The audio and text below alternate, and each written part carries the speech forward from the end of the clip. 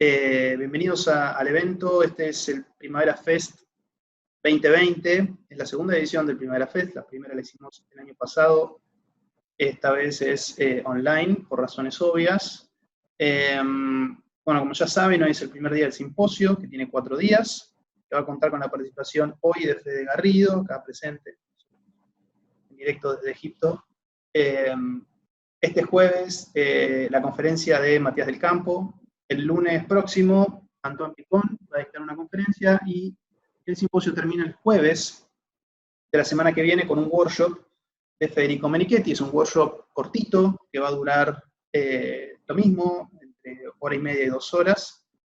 Y bueno, de ahí los participantes van a poder obtener su certificado de participación en la medida en la que hagan la entreguen algo de lo producido en el workshop. El tema que nos convoca este año es la materialidad en arquitectura, o mejor dicho, la arquitectura material. Hay una diferencia en pensar que la arquitectura tiene una materialidad y pensar que la arquitectura es una práctica material. Material porque es la disciplina que quizás con mayor tradición sobre sus espaldas asocia discurso con forma y organización. Podríamos decir que todo lo que la arquitectura hace es práctica material, ya sea en el campo del pensamiento en abstracto, en la construcción misma de las ideas, o en cualquiera de los campos en los que opere. En este sentido, a lo largo de las épocas y los milenios, la disciplina ha lidiado con diferentes enfoques, siendo el más reciente quizás el de la OOO, o la ontología orientada a objetos de Graham Harman, pero antes que esta, Gilles Deleuze, inintencionadamente, propició el terreno para que el neomaterialismo disciplinar, impulsado por entusiastas como Manuel de Landa, o arquitectos como Bernard Cash, entre muchos otros, se apropiaran de algunas de las ideas y las llevaban a la práctica en la arquitectura. Y antes también podríamos citar los vínculos, se dicen mañana, con la semiología, el significado de los elementos arquitectónicos, y así continuar casi indefinidamente rastreando posiciones o argumentos lógicos que permitieron que la disciplina se asocie con la materia de un modo consistente. Hoy, ingresando ya en la tercera década del siglo XXI, nos encontramos en una instancia de maduración respecto de la técnica de lo digital, en donde pareciera que las aguas que dividen el mundo práctico, pragmático, demarcan una diferencia concreta con aquellas que buscan indagar y problematizar la disciplina. Tanto es así que incluso podríamos diferenciar entre software que sirve a fines prácticos y software especulativo. Materialness, arquitectura material, busca indagar en ese campo, en el campo entre lo estrictamente pragmático y lo meramente especulativo, en búsqueda de un vínculo evidente, pero muchas veces negado respecto de la efectiva materialidad de ambas posturas. Es así que veremos en estos 4 días, a lo largo de estas 2 semanas, una serie de posiciones diversas, no solo respecto del software y procedimientos digitales, sino también respecto de posicionamientos estéticos y políticos, respecto de la relevancia de lo material en la arquitectura. Sin más preámbulo, permítanme introducir al invitado de hoy, Federico Garrido. Estudió arquitectura y cursó el máster en diseño arquitectónico avanzado en la FADU, UBA. Colaboró en diferentes cátedras de investigación, teoría y crítica, en la FADU también, desde las áreas de grado y posgrado, entre las que se destacan el Centro Poiesis, dirigido por Jorge Sarkis, que fue el ámbito en el que tuve el placer de conocerlo y luego trabajar juntos, y la materia de Jorge Mele, ambos Jorges, eminencias en lo que respecta a la investigación y crítica en arquitectura. Gracias a una beca del DAD, recibió un PhD summa cum laude por la Universidad Técnica de Kaiserslautern en Alemania, investigando los usos de tecnologías de diseño y fabricación digital para producir proyectos a partir del estudio de edificios eclécticos de Argentina y Europa del siglo XIX. Desde 2014 colabora con Rococo Relevance, un grupo de investigación que indaga en las posibilidades de actualización de estrategias de diseño y tecnologías de fabricación históricas mediante herramientas digitales. Actualmente desarrolla sus actividades de investigación y docencia en Alemania y Egipto, en relación a las estrategias de diseño, fabricación digital y robótica. Los intereses de Fede exceden cualquier tendencia, estilo o interés puntual por temáticas disciplinares. Considero un entusiasta de la arquitectura, continuamente curioso e interesado por aquello que cuestiona los bordes de la disciplina. Siempre leyendo los últimos papers y testeando los últimos software, en búsqueda de desafíos constantemente nuevos. Su práctica como arquitecto creo que encaja a la perfección con lo que Rafael Moneo llama inquietud teórica y práctica proyectual, ya que nunca lo encontrarán hablando del mismo tema dos veces. Muchas gracias, Fede, por estar acá, y ahora sí te cedo la palabra. Todo tuyo. Bueno, gracias por la presentación. Está grabado, por suerte, me lo voy a quedar, se lo voy a mandar a mi mamá, va a estar muy contenta de escuchar. ¿Se escucha bien, no? Sí. Sí, perfecto. Y perdón por la iluminación, pero sí, son las 10 de la noche acá y no tengo la mejor de los interiores para transmitir. Es el mejor ángulo de la casa, creo, pero bueno. Espero que todo salga bien. Bueno, gracias por la invitación, Santi. Es un placer siempre volver a charlar con vos, con los muchachos de Poiesis, con Fede, Melissa, y algunos que están ahí en la lista de participantes también. Y está bueno siempre volver a tener contacto con Argentina, porque nos hace estar un poco más cerca y no tanto, sí, boyando ya por el tercer continente, en que estoy, así que es siempre una linda chance. La presentación de Santiago es un poco exagerada, pero está bien, para los que no me conocen, es una buena venta. El tema del simposio, obviamente, está buenísimo, me interesa, pero bueno, cuando Santiago me propuso hablar de inteligencia artificial,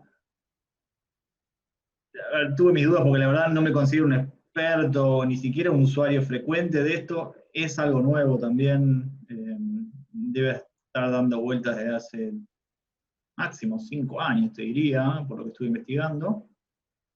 Pero bueno, por favor, si hay algún experto en inteligencia artificial, le pido disculpas de antemano porque yo no voy a hablar de los mecanismos, de los tornillos, de los clavos de la inteligencia artificial, sino es mostrar 1 o 2 ejemplos de cómo la estoy integrando en mi propia investigación, o en lo que fue mi investigación de doctorado, de lo que estoy haciendo ahora aquí en Alemania. Y es un caso de aplicación bastante sencillo, creo que de entender, pero sí, la verdad no lo veo como algo demasiado innovador o si querés, de vanguardia. Es interesante, porque sí, lo estoy haciendo precisamente porque es interesante, pero no sé, hay muchas más cosas que están sucediendo hoy en día en Machine Learning que están buenísimas, y precisamente por eso obviamente estamos todos atraídos por eso, porque cada semana hay como una novedad nueva, un dataset nuevo, un algoritmo nuevo, un modelo de Machine Learning que se hace público, y es muy interesante seguirle la corriente. El problema me parece que, bueno, es lo que vamos a... Mi idea, lo que quiero transmitir un poco, les cuento el spoiler alert del final de la charla, es precisamente ese, como específicamente qué problemas de la arquitectura se pueden empezar a atacar con esta tecnología nueva. Pero bueno, Santi, ¿estás ahí? ¿Escuchás? ¿Sí? Sí, se escucha bárbaro. Ya. Comparto, entonces empezamos. Por favor. Avísenme si se ve bien y todo. Ahí se ve, perfecto. Bueno.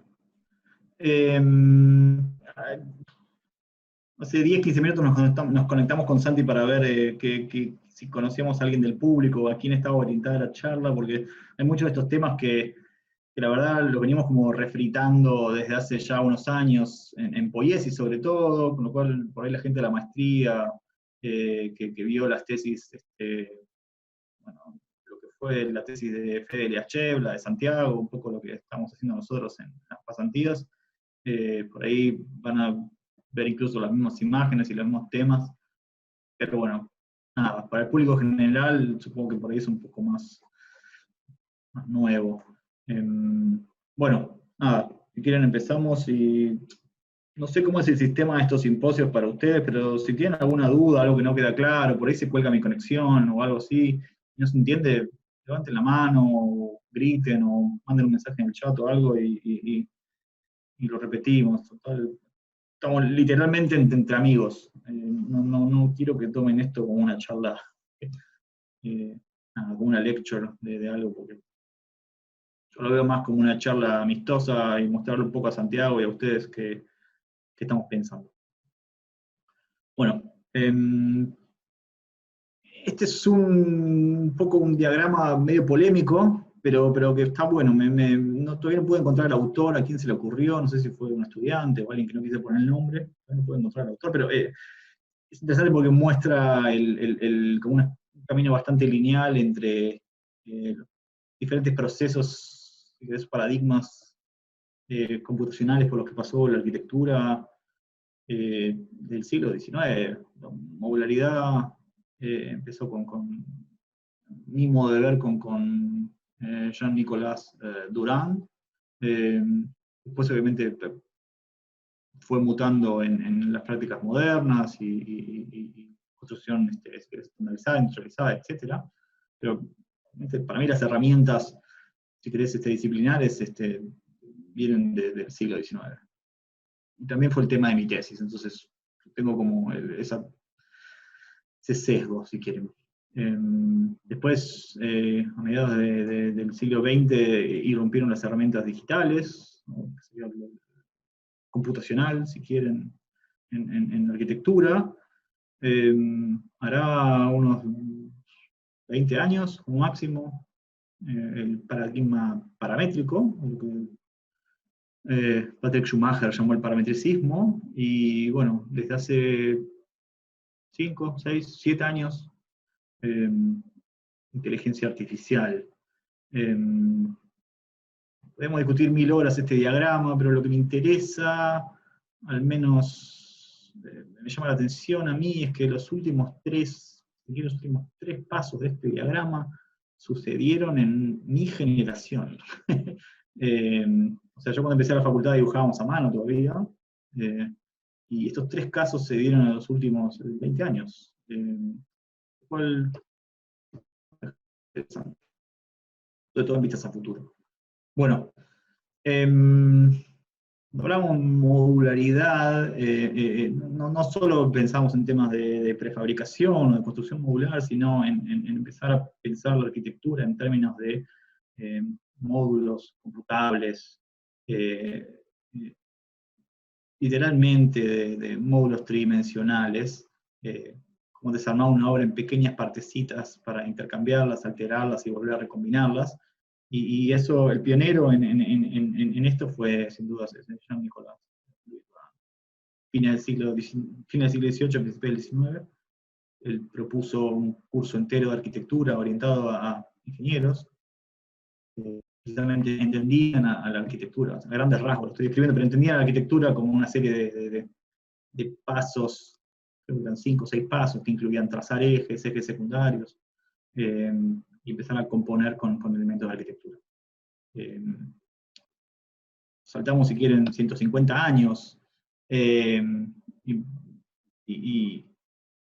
la arquitectura obviamente siguió su camino, pero a mitades del siglo XX, esto es del 38, si no me equivoco, empieza lo que es la historia de la inteligencia artificial. Este sería como uno de los primeros intentos de un organismo artificial autónomo que se llamaba Elisa o la tortuga, porque tenía una especie de caparazón. Era básicamente un autito con rueditas y tenía una serie de sensores que le permitía seguir la luz. Esto que es un juguete de nenes ahora, en el año 38, era, como se imaginan, era como tecnología de punta, y le permitía al robotito interactuar con el entorno y producir patrones para los que no había sido programado. Digamos, la programación ni siquiera existía. Entonces, esta idea de crear algo autónomo está como embebido en la idea de esta inteligencia artificial. Faltando un par de décadas en el futuro, esto ya es algo desarrollado por arquitectos. Este proyecto súper interesante de Gordon Pask, que se llamaba el Constructor Universal.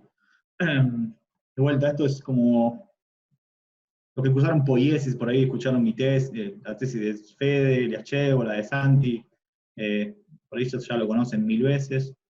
El Constructor Universal era un sistema compuesto por bloques, macho y hembra, positivo o negativo, bueno, 2 bloques, que se comunicaban entre sí, y tenían la posibilidad de pasar un mensaje de un bloque a otro, hasta llegar a crear un loop cerrado, lo cual le permitía a la construcción como crear una especie de imagen de sí mismo. Y esto lo podían traducir a un dibujo, o a un sistema de representación, con lo cual la idea de Gordon Pask era crear una especie de casa con bloques inteligentes que se viera a sí misma y que se representara a sí misma, ¿no? Imaginen que cada ladrillo sabe su posición en la pared, entonces en un momento se puede dibujar sola la casa. John Fraser, un par de décadas más tarde también se montó en estas ideas, fue uno de los que rescató un poco el proyecto de Gordon Pask, y en el proyecto de Evolutionary Architecture, en la publicación, él comenzó a recopilar todos estos trabajos, pensando de vuelta a partir de un tipo de arquitectura que se compusiera y se construyera a partir de módulos autónomos, pero a la vez de alguna manera inteligentes, que tuvieran algún tipo de programación, preprogramación y reprogramación, y que permitiera contactarse con otros módulos y con el entorno, ¿no? Estos son proyectos de vuelta de los años 60, 70. Les muestro esto también para que vean o sea, yo también como arquitecto, en general la arquitectura tiende a verse como al final de una línea histórica. Es imposible pensar en lo que hacemos nosotros sin tener esta historia en la nuca, ¿no? Bueno, eso lo vamos a ver como muy seguido. Este es otro proyecto también innovador en su época, los 70s, el grupo SIC, tenían hicieron una instalación en la cual había un robot que ponía piezas, y había unos hámsters que la recorrían, y el robot podía ver a los hámsters y le armaba como unos laberintos, unos lugares de estar para los hámsters, entonces había como una interacción entre el animalito vivo y el sistema que lo leía y reaccionaba, ¿no? Y obviamente era una metáfora para un sistema inteligente que pudiera construir a la larga hábitats. Pero si lo ven, más o menos funcionaba como una especie de impresora 3D con cubitos, impresora 3D y maquinita de videojuegos de esa costa, para agarrar cubitos y ponerlos en otro lugar y reconfigurar espacios, ¿no? Y los hámsters que interactuaban.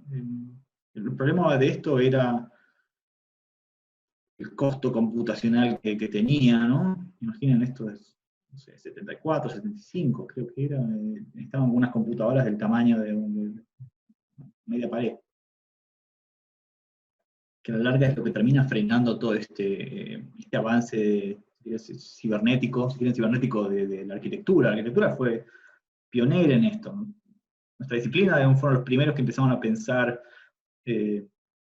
aplicaciones directas de lo que era lo cibernético, ¿no? El control de sistemas.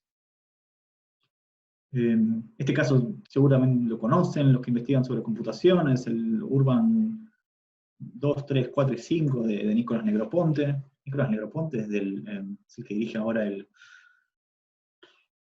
dirige un departamento del MIT que se dedica a nuevos medios y nuevas tecnologías. Formación es arquitecto. Él desarrolló también este sistema a fines de los 70, que era una especie de sistema conversacional en el cual un programa de computadora le hacía una serie de preguntas al usuario, y el usuario, de acuerdo a las respuestas, recibía un feedback visual, y a partir de recopilar como estas preguntas y de crear estas unidades de vivienda, el sistema creaba una especie de barrio sí, representado en perspectivas, tridimensión, planta. Si leen el texto es increíble, incluso piden disculpas por la mala calidad de las perspectivas, pero imaginen esto hace 50 años, ¿no? Y otro grupo interesante era el de Friedman, el Flatwriter, que también por ahí muchos ya lo conocen, que era básicamente un sistema de un, ¿cómo llamarlo? Un sistema sintáctico en el cual el usuario tenía una serie de teclas que respondían a formas de edificio, de casas o de habitaciones, las cosas se podían rotar, combinar y creaban formas que eran habitables en planta. Después se podían llenar con elementos, baños, camas, puertas, ventanas, etc.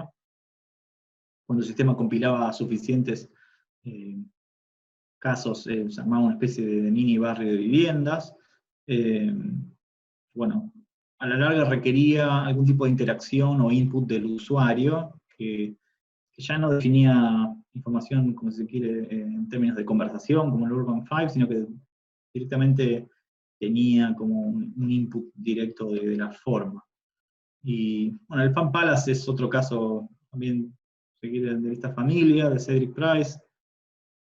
Era básicamente un hotel, una especie de retiro de empresas que tenían que hacer en el medio de no sé dónde, en el cual había una serie de grúas que constantemente ordenaban y reordenaban las habitaciones y los lugares donde había actividades especiales, gobernado por una especie de computadora, un mainframe central. Interesante es que cuando el sistema medio que llegaba a una especie de estado de equilibrio, metía una especie de factor aleatorio, con el cual volvía a desarmar todo el sistema para empezar otra vez a reordenarse. Bueno, digamos, en este framework, en este marco, perdón, nosotros fuimos haciendo nuestras tesis de maestría, doctorado, investigaciones, pasantías en Poiesis del 2010, 2012 en adelante, te diría, basadas en esto, ¿no? Cómo, si se quiere, cómo utilizar la computadora para crear, en este caso, proyectos de vivienda que usaran de vuelta la herramienta computacional no para representar, sino para efectivamente crear algo que sería muy costoso, o tomara mucho tiempo, o sería imposible de hacer a mano, ¿no?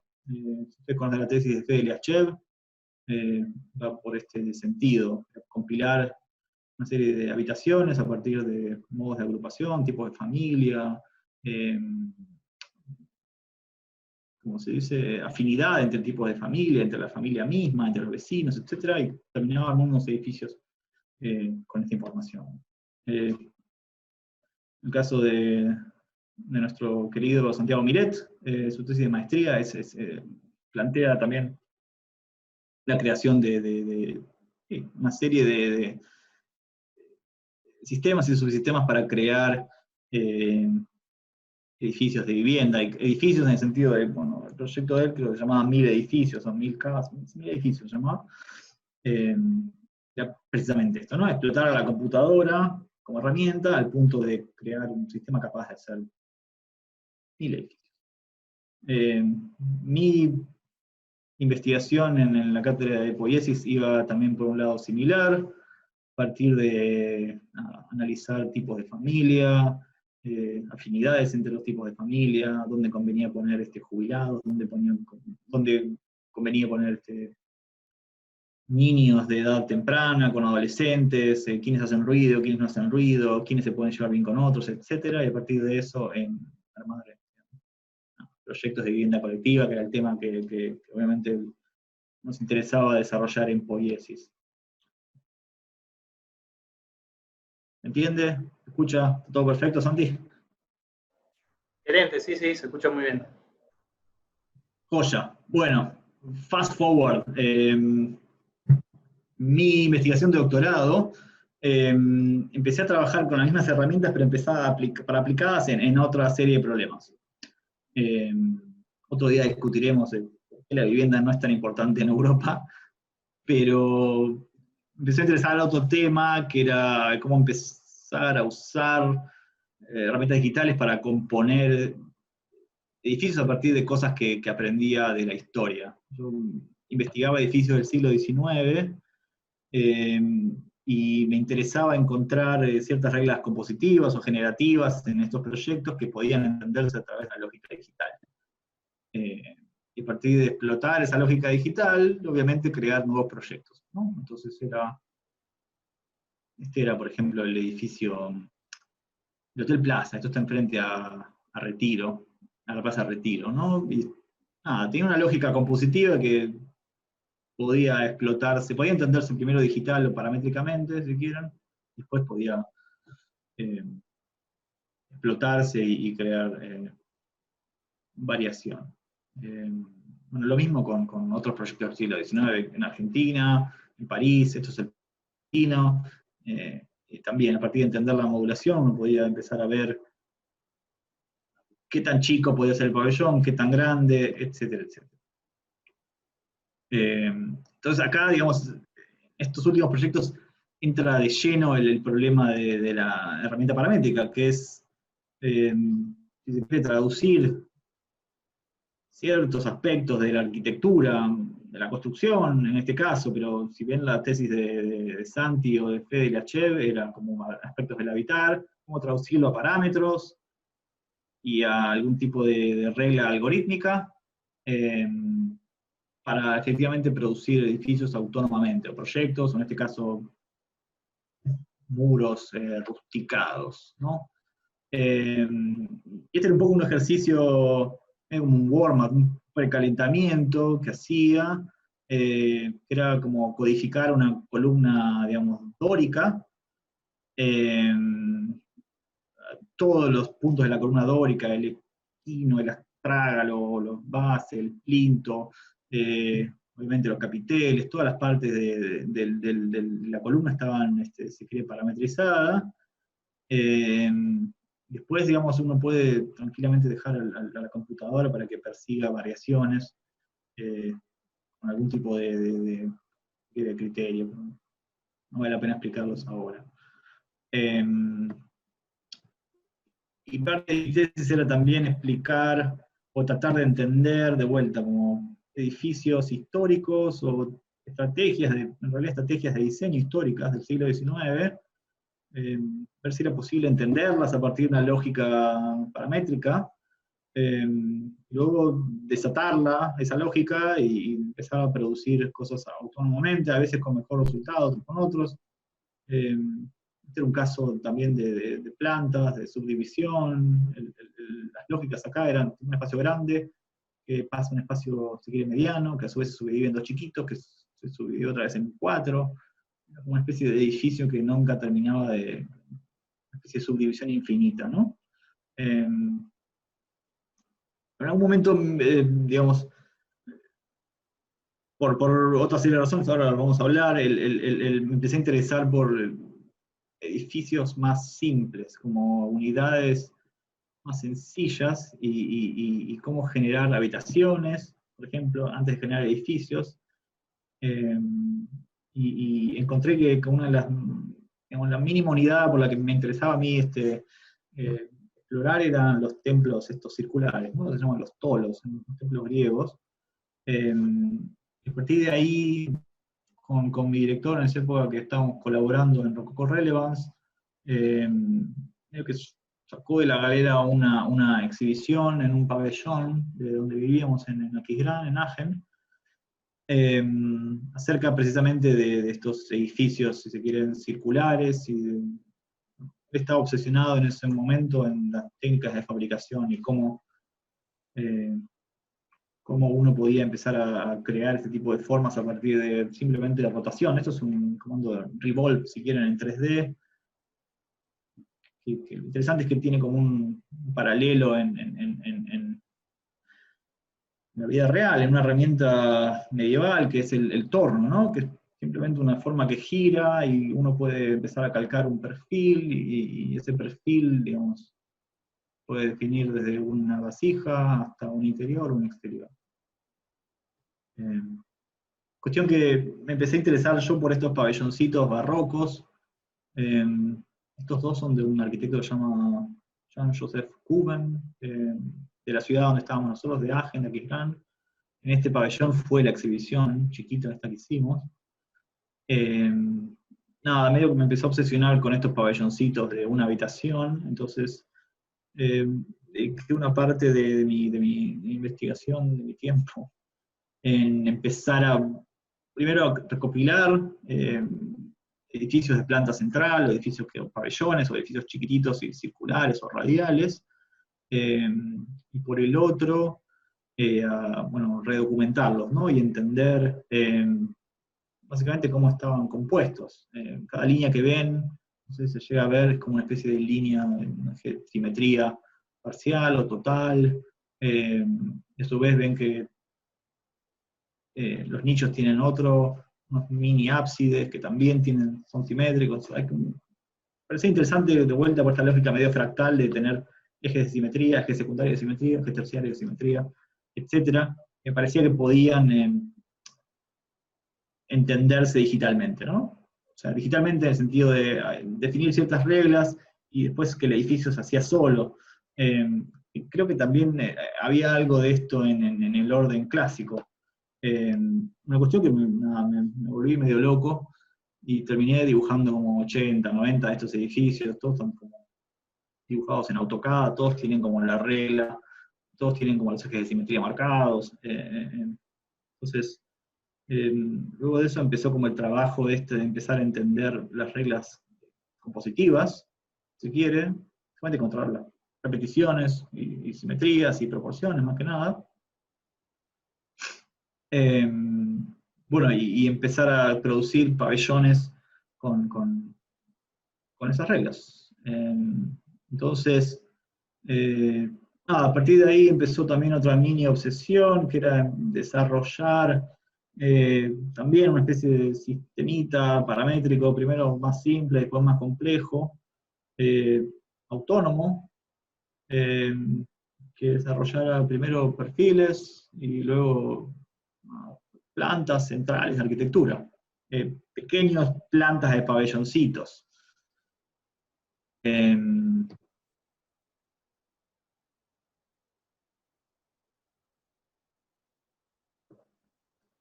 Y después la idea era obviamente machear o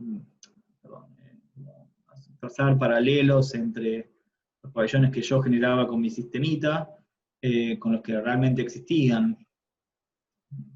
No tengo la diapo acá, pero otro día se las debo. Pero bueno, ven que el sistema obviamente se empezaba a volver cada vez más complejo y obviamente la herramienta paramétrica en un momento te permite crear decenas, cientos, miles de plantas y empiezan otros problemas. Y acá es donde la herramienta de inteligencia artificial se empezó a volver relevante, digamos. Lo repito, si alguien alguna vez leyó algo de inteligencia artificial, le pido disculpas porque yo la verdad en esto no soy experto, así que nada, lo cuento de la manera simple porque yo lo entiendo de esta manera, pero probablemente sea mucho más complejo de lo que lo estoy contando.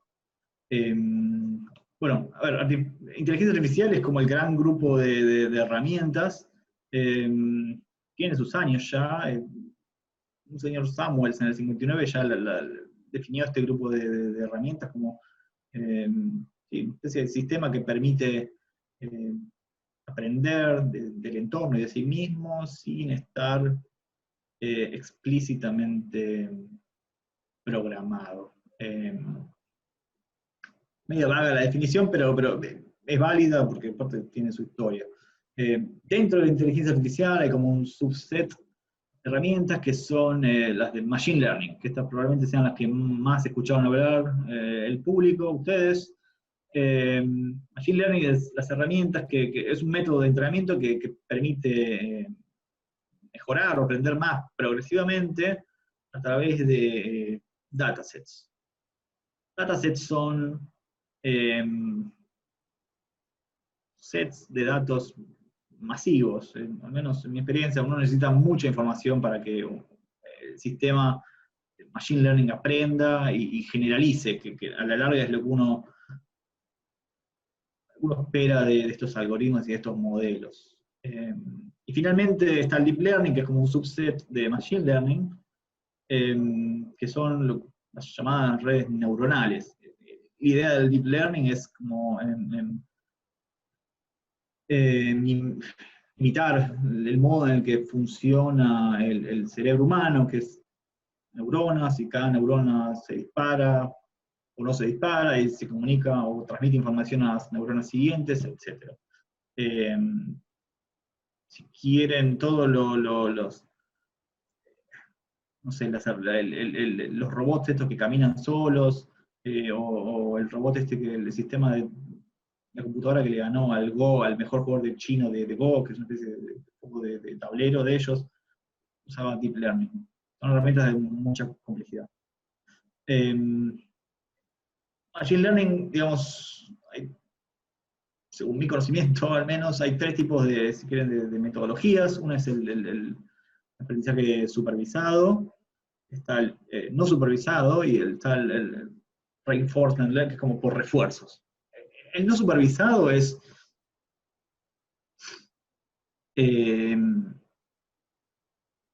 uno al sistema le ingresa los inputs, los datos o el dataset que uno quiere, y los resultados, y espera que el sistema le dé mediante qué reglas se conectan. No se me ocurre ningún ejemplo, pero ya me va a venir alguno porque hay un millón. Vamos a ver. Aprendizaje no supervisado es cuando uno le tira un montón de data al sistema esperando que surja un patrón que estaba desconocido. ¿Sí?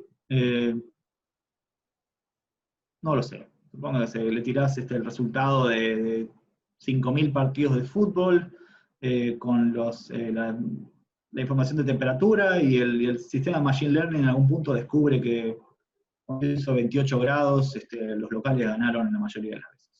Como ese tipo de patrones que pueden ser totalmente inesperados, surgen por lo general mediante estas técnicas.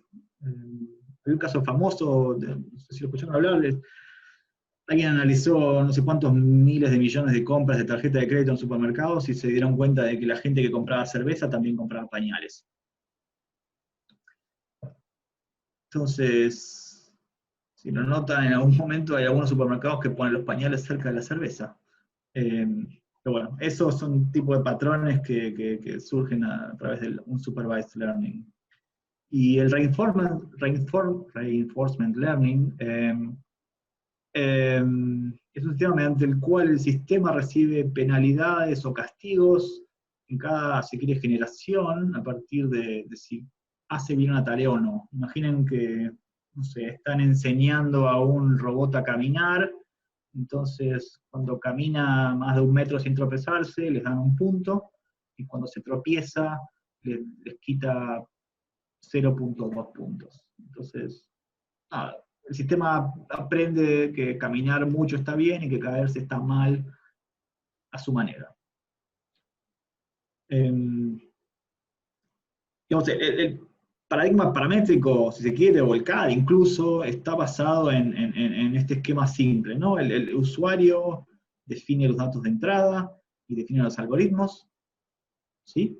Y espera una salida, ¿no? Esto es como un programa de computación, funciona igual, ¿no? Uno tiene datos de entrada, algoritmos que lo procesan y espera una salida.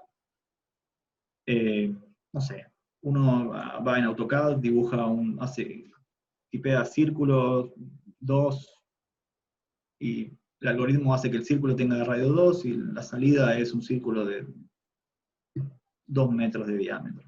¿Ok? El paradigma de Machine Learning, el usuario le tiene que dar al sistema inputs y outputs a la vez. Y mediante un modelo de entrenamiento, un training model, el algoritmo, a la larga, es descubierto por el sistema. ¿Entiendes? Lo que uno tiene que descubrir, lo que Machine Learning intenta descubrir, es precisamente el algoritmo que convierte inputs en outputs. ¿Okay? Pero uno no lo sabe. bien le vamos a mostrar un ejemplo un poco más simple de entender, pero la gracia obviamente es el modelo de entrenamiento, que es lo que cuesta tiempo, trabajo y cerebro, larga, porque en un modelo de Machine Learning los inputs y los outputs uno por lo general los tiene, lo que intenta descubrir es la relación que hay entre esos dos.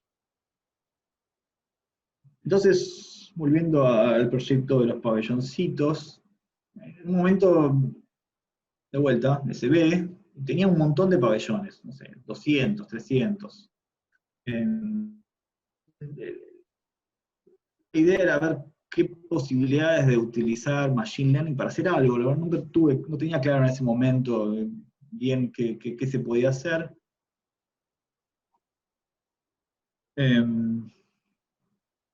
Y acá entra, bueno, Goodfellow, no sé si lo conocen. Este es el tipo que revolucionó Machine Learning hace 5 o 6 años.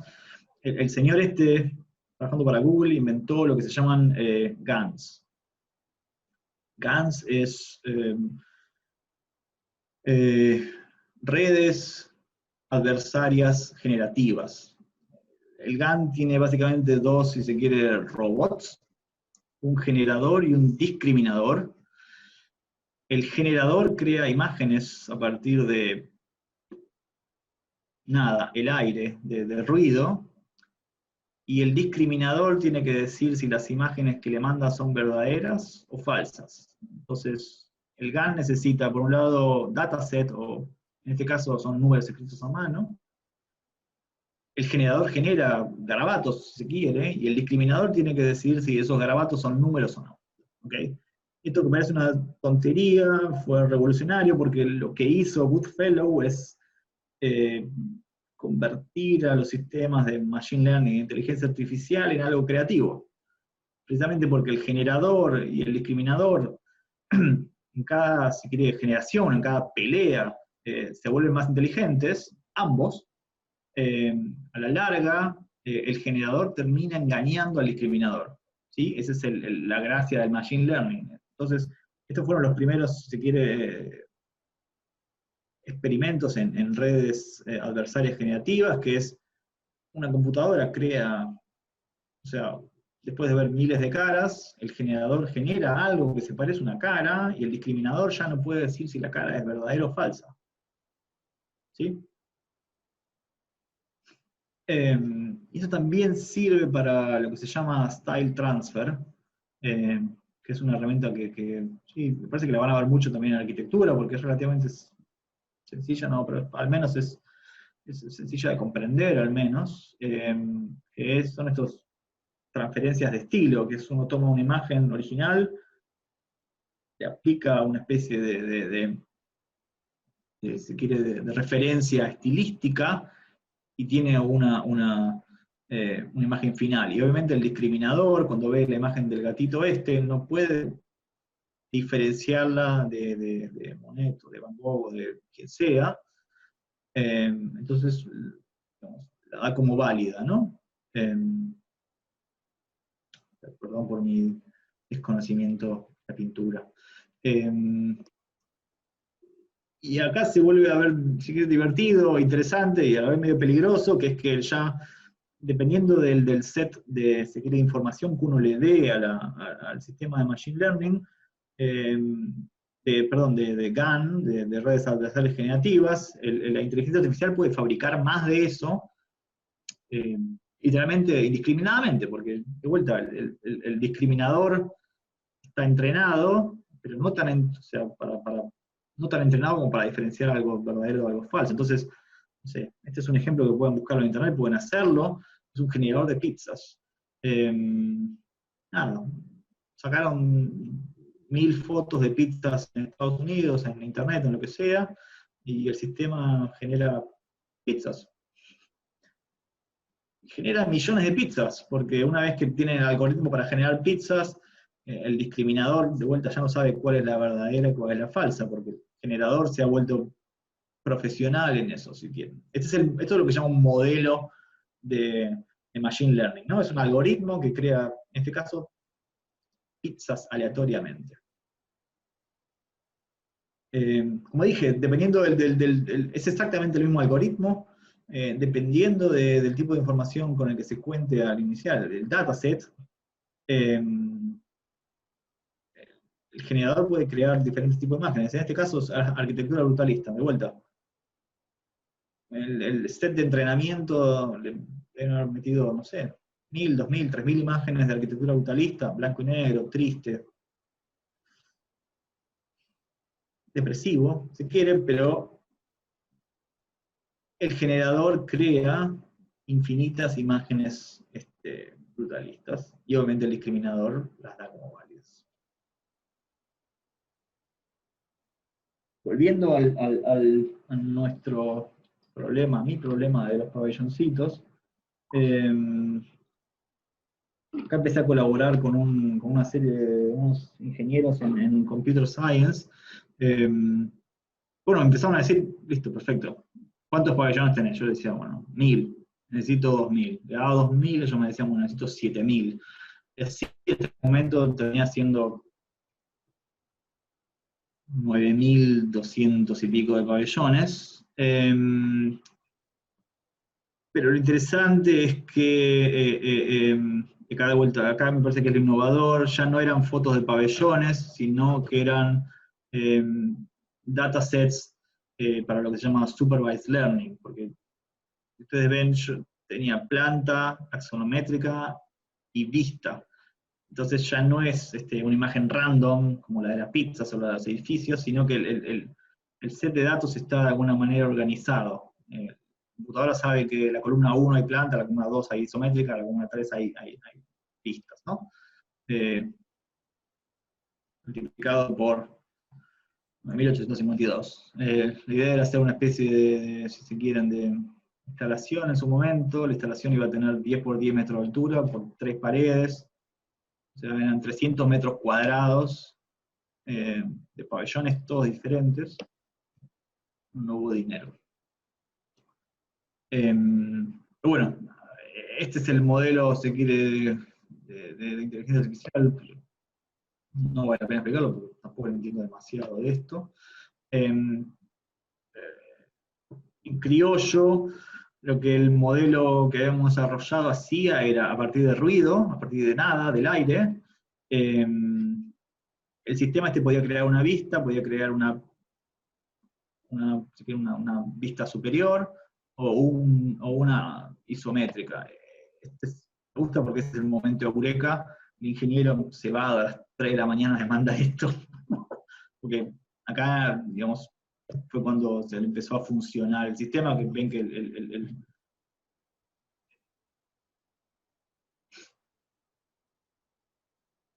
estos son los inputs, uno espera que le dé una isometría de un determinado pabellón, y el sistema medio que le da algo parecido a lo esperado.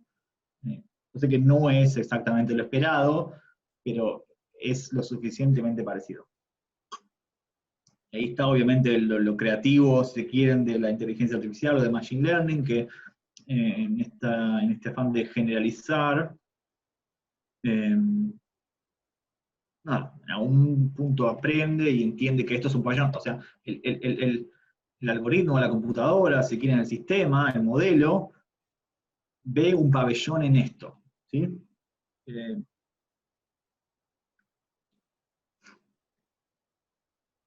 Miles de estos videos si quieren, pero lo que me parece interesante es es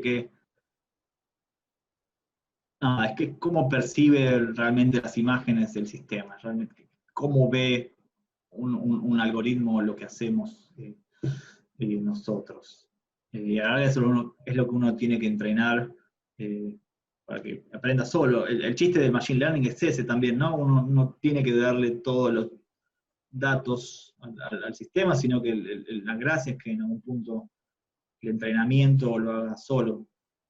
Pero bueno, esto es otro tipo de algoritmo machine learning, de metodología de machine learning que me parecía interesante, que lo aplicamos de otra manera, que se llaman pix-to-pix. ¿Vieron cuando en Photoshop pones un filtro de dibujo en lápiz y te crea un dibujo en lápiz de un gato, por ejemplo? Bueno, lo que hicieron estos señores inteligentemente fue alimentar un sistema dibujo de gato y gato, y entonces crearon un modelo de Machine Learning mediante el cual uno dibujando un garabato de un gato te creaba una especie de gato lo más parecido posible. Esto lo pueden ver en internet, pueden jugar un rato, no ahora, por favor, pero si buscan Edges to Cats, básicamente garabateas algo que se parece a un gato y te genera un gato. Esto se llama Pix to Pix, ¿no? Picture to Picture, imagen a imagen. Entonces, cuando vi esto, pensé, perfecto, digamos, acá es donde le entramos al problema de la arquitectura. Yo tengo como estos sets de datos gigantescos, tengo 10.000, 9.000 y pico de vistas, 9.000 y pico de isometrías y 9.000 y pico de plantas. Eh, haciendo un pix to pix, mi idea era eh, eh, entrenar estas relaciones para que cuando el sistema leyera una planta, me diseñara una isométrica, y cuando el sistema entendiera la isométrica, me diseñara una vista, y viceversa, y en cualquier sentido, ¿entienden? La gracia era que concertando los 3 columnas o los 3 tipos de información, yo podía reproducir las otras 2, o al menos la otra. Empezamos primero dejando una incógnita y luego fueron las 3. Y como nada, no, estaba aburrido, hicimos como un sistema de Machine Learning que alimentara otro sistema de Machine Learning que alimentara otro sistema de Machine Learning, porque nada, había que complicarse. Entonces, la idea era crear una especie de vista, por ejemplo, de la nada, a partir de esa vista generar una planta y una isometría, y a partir de esa isometría diseñar la vista otra vez, y a partir de esa planta diseñar el resto. ¿Entienden, no? Era como completar la información arquitectónica a partir de una. Lo cual funcionó bastante bien. Al sistema le dábamos como una vista de un pabellón, esperaba algo parecido a esto, no era exactamente la imagen, y el sistema de Machine Learning devolvía algo bastante bien.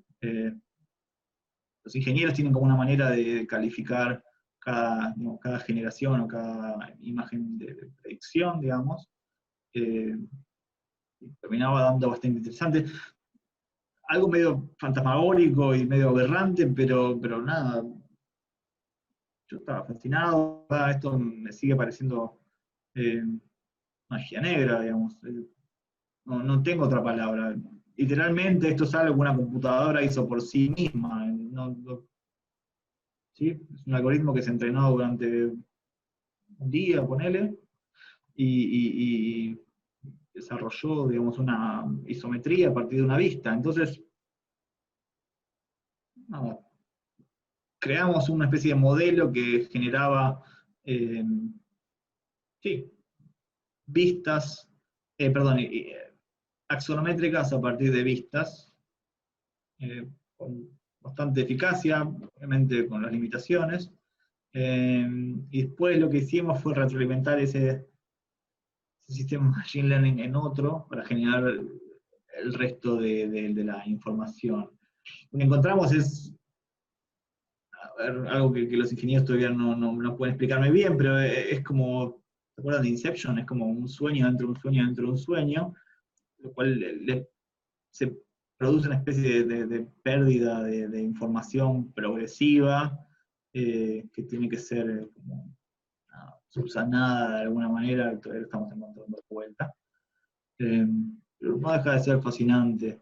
De vuelta, a mí me gusta ver estas cosas y mostrarlas porque a la larga es como el algoritmo entiende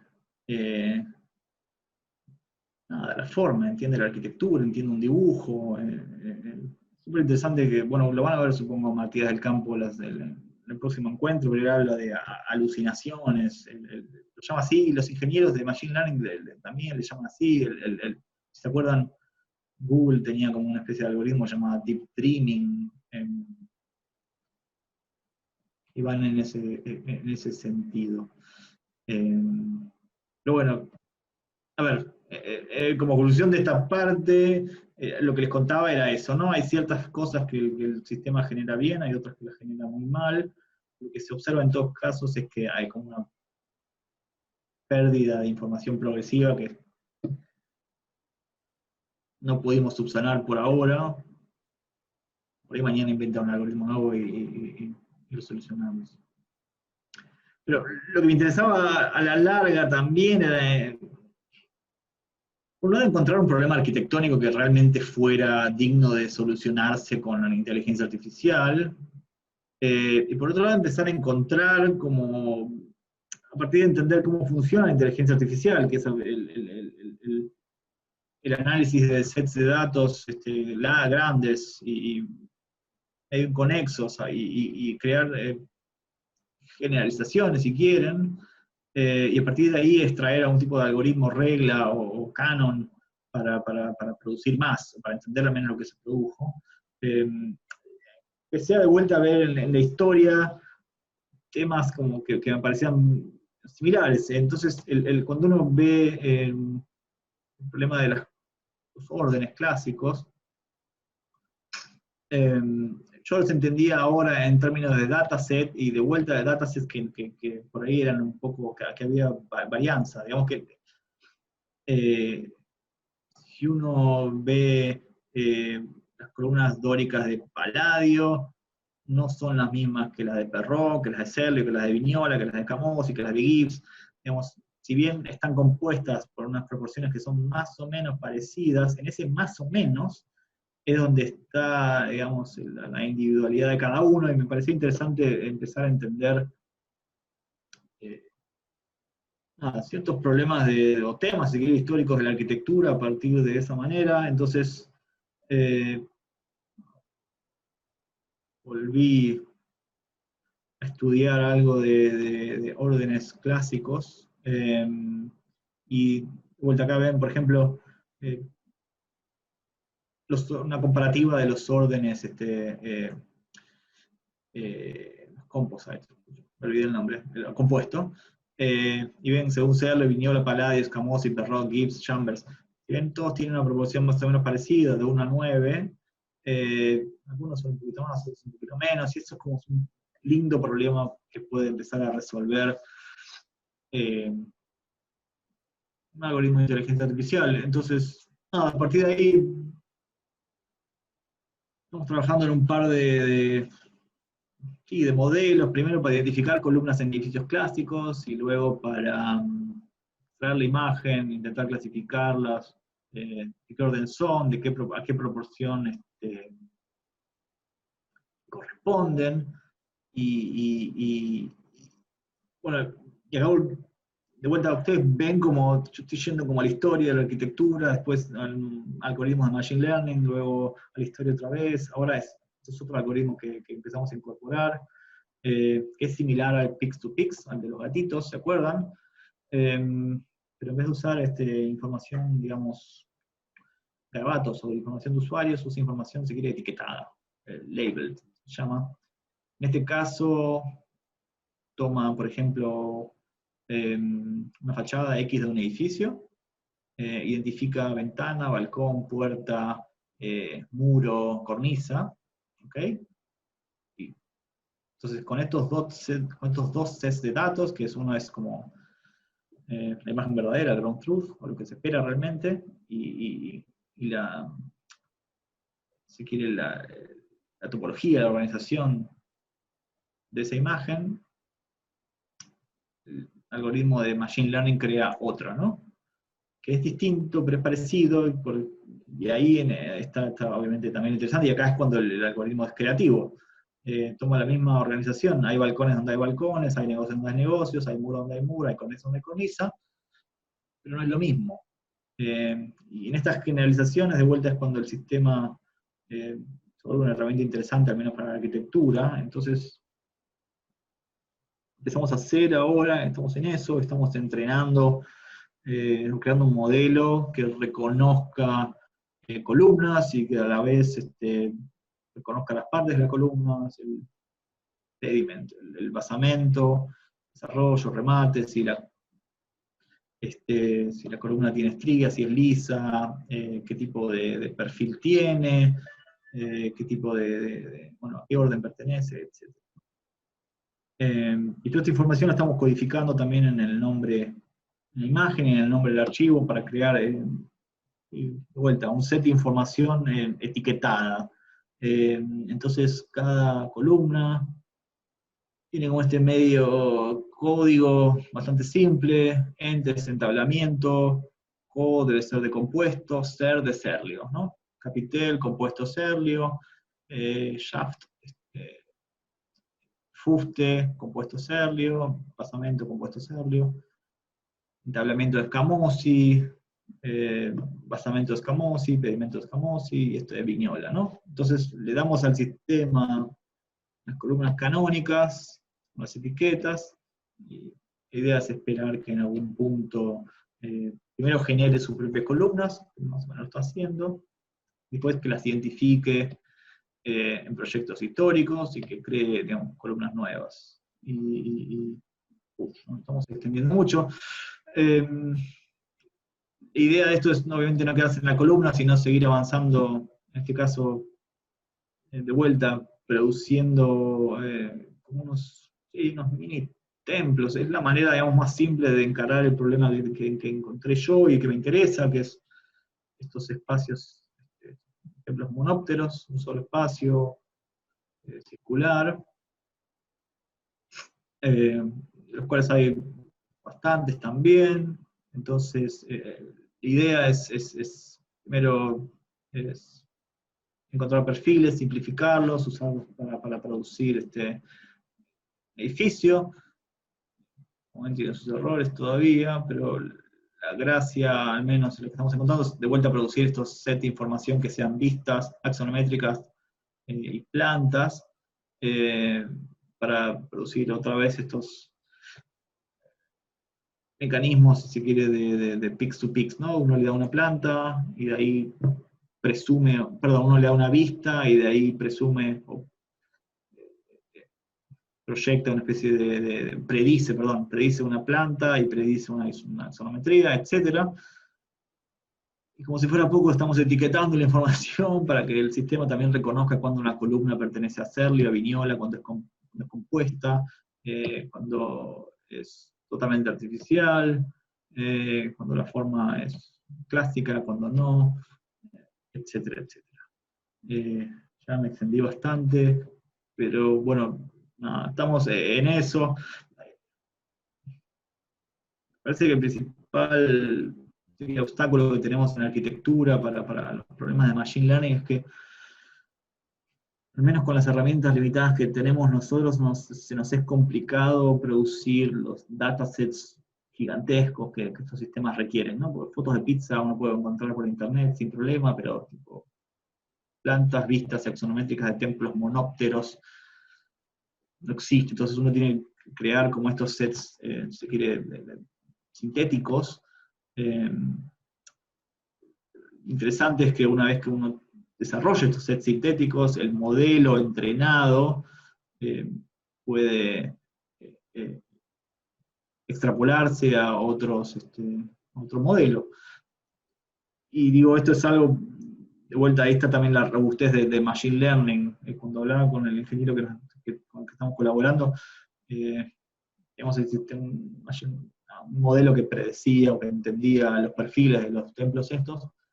Se puede invertir el modelo, entonces uno le da el perfil y te crea un templo, y el pibe estaba tan cebado que le pidió a los amigos, y los amigos les sacaban unas fotos, unos perfiles hechos tipo un virome, en un mantel, y el sistema funcionaba, digamos, el modelo creaba un templo, porque de vuelta, en algún punto, de vuelta, la robustez de estas tecnologías es que generalizan, aprenden literalmente, entonces, nada, se vuelven interesantes. Espero les haya sido interesante y ameno. Muchas gracias, Fede. Gracias, muy generosa la presentación, la verdad, mostraste un montón de cosas, hablaste de un montón de cosas, buenísimo. Tengo, digamos, muchas preguntas, 1000 preguntas. ¿Queda alguien primero? Sí, están todos, por lo menos todos los que Ok. están inscritos, y más, se sumaron, así que hay gente. Pero tengo muchas preguntas. Quizás podemos empezar por una que preguntaron en el camino, que dice si está publicado el trabajo de tu tesis. Y se puede acceder en algún lugar, supongo que están buscando información sobre eso. Estoy en eso. No, perdón. El tema es que mi director quiere publicarla por una editorial de arquitectura y están todas quebradas. Entonces, qué sé yo, hay interés, pero tengo que poner un montón de plata. El tema es que si lo publico por mi lado, como quiero, que es básicamente hacer un PDF y tirarlo en algún lado de internet, nadie te lo quiere publicar después. Entonces, estoy negociando a ver si se hace algo intermedio o algo así. Nada, no sé quién le preguntó, pero la última me pida y si quiere alguna imagen o algo, charlamos y se lo muestro. La verdad, la idea de esto es en algún momento publicarlo. El chiste de los doctorados es obviamente publicarlos, ¿no? Tienen que hacerse públicos. Okay. Pero bueno, nada, yo quiero hacerme millonario, Santi, ese es el problema y está saliendo. Bueno, no, por ahí yo, antes de abrir a preguntas del público, si quieren pueden ir anotando de nuevo, preguntas y respuestas o levantar la mano y les voy a ir dando la palabra a los que quieran para que pregunten en vivo, que por ahí es más lindo porque es más interactivo de esa manera.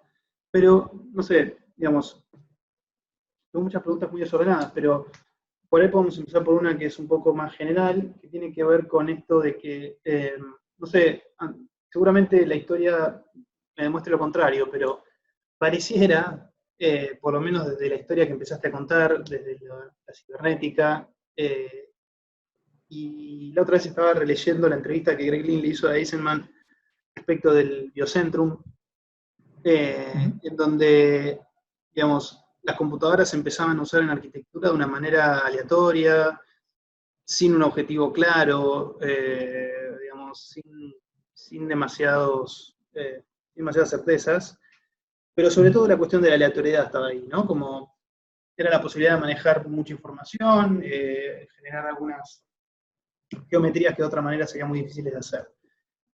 Y eso un poco, digamos, esa misma historia se repitió en los 90 o fines de los 90, cuando empezó a aparecer un software más amigable, en donde empezaron a aparecer esas geometrías complejas, pero también como aleatorias y sin demasiado sentido, nadie sabía por qué estaban haciendo esas cosas, pero todos las estaban haciendo.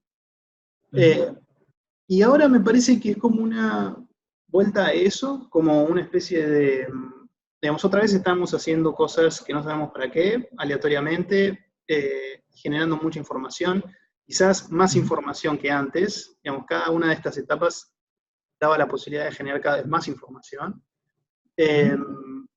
Y yo me preguntaba si es tan cierta entonces eso que dijiste al principio respecto de la linealidad, como que, digamos, no sé, si pudieras como, o sea, si coincidís con esta idea de que en realidad no es tanto una linealidad, sino más bien como una especie de historia recursiva, ¿no? Donde, no sé, aparece el CAD, entonces primero hacemos pruebas aleatorias y eventualmente se estabiliza el problema de reemplazar el tablero de dibujo, entonces aparece, no sé, Maya y la Hopper, entonces se estabiliza de nuevo y hacemos cosas sin sentido hasta que entendemos que eso funciona para tener un control superior sobre la geometría, y ahora aparece inteligencia artificial, donde no sabemos muy bien para qué, y se estabiliza toda esa idea del control. ¿Pensás que existe como más una cosa así, o realmente crees que hay como una linealidad en donde el proceso es un aprendizaje evolutivo continuo de estas herramientas o de estos métodos? Sí. Yo sabía que esa primera diapositiva te iba a picar en algún lado. Está bien, era la idea. Lo poco que sé de arquitectura, dice que los arquitectos tardamos un tiempo en adoptar las herramientas. Digamos, fascinado todavía por la revolución industrial, Santiago. O sea, herramientas, digamos, si quiere, mentales, no físicas, pero yo la verdad no. El problema del CAD, digamos, si vos ves la historia del CAD y los primeros programas de CAD eran mucho más interesantes e inteligentes que lo que terminó siendo el AutoCAD. El AutoCAD es como, si quiere, el último eslabón comercial, estandarizado, empaquetado y fácil de usar. Con el diseño paramétrico está pasando algo parecido, o ya pasó, si se quiere, digamos, el Revit es paramétrico en el mejor de los casos, es como una base de datos interconectada de elementos, y yo me arriesgaría a pensar que la inteligencia artificial va a ir por el mismo lado, al menos en lo que refiere al uso cotidiano del quehacer diario de la arquitectura. Si vos mirás, si seguís más o menos las noticias de Autodesk, ya tienen una especie de machine learning que te tira los caños de aire acondicionado, te propone, ¿viste? Y eso usa, si quiere, algoritmos de machine learning. Son cosas complejas a las que no tenemos tanto acceso, pero a la larga, como una cosa es cómo los digiere la disciplina, y otro es cómo lo tecnifica, lo vuelve una tecnología, el mismo mercado, si quiere, del software. Y ahí no hay como una, digamos, no hay como una especie de digamos, tradición un poquito pesimista que tiene que ver con que al final, no sé, al final el AutoCAD se utiliza para, digamos, o se utilizó para reemplazar el tablero de dibujo manual, el Grasshopper un poco, digamos, obtuvo su lugar en el mercado como herramienta de optimización. Sí, el panelizado, Santiago. Exacto. Panelizar superficies. Sí. Exacto. Entonces, digo, como, si bien nosotros, obviamente yo te conozco y sé que eso es como un output como inútil en algún sentido, justamente porque es práctico. Pero, sí.